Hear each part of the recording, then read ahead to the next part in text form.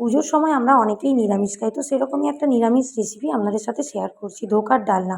তো এখানে আমি প্রথমে ছোলার ডালটাকে সারা রাত ভিজিয়ে রেখেছিলাম। তারপরে এখানে আমি ছোলার ডালটাকে আদা, কাঁচা লঙ্কা আর একটু নুন দিয়ে একটা পেস্ট বানিয়ে নিয়েছি। কড়াইতে সর্ষের তেলের মধ্যে কালো জিরা, জিরে ফোড়ন দিয়ে ডালের পেস্টটাকে দিয়ে দেবো।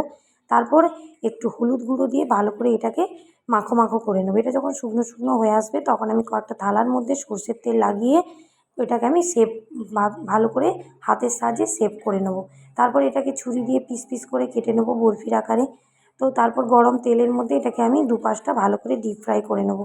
এবারে তেলের মধ্যে আমি জিরে, শুকনো লঙ্কা, তেজপাতা, গরম মশলা ফোড়ন দিয়ে আদা আর কাঁচা লঙ্কা পেস্ট দিয়ে ভালো করে কষিয়ে নেবো। আদার থেকে যখন গন্ধটা চলে যাবে এখানে আমি টমেটো পেস্ট দিয়ে ভালো করে আরেকটু কষিয়ে আমার যে বেসিক মশলাগুলো লাগে ওগুলো আমি দিয়ে ভালো করে কষিয়ে নেবো। তারপর এখানে আমি যেহেতু নিরামিষ রান্না হবে এখানে আমি তারপরে কাজু পেস্ট দিয়েছি। তো আপনারা একটু পোস্ত পেস্টও দিতে পারেন। এবারে আলুগুলোকে দিয়ে ভালো করে কষিয়ে স্বাদ মতো নুন, চিনি দিতে কিন্তু ভুলবেন না।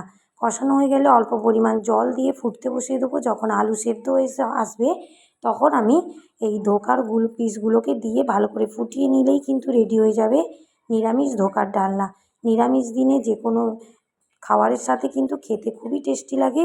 ভিডিও ভালো লাগলে লাইক করবেন, সাবস্ক্রাইব করে পাশে থাকবেন। আমার গলাটা খারাপের জন্য কতদিন ধরে ভিডিও দিতে পারিনি। টাটা সবাইকে।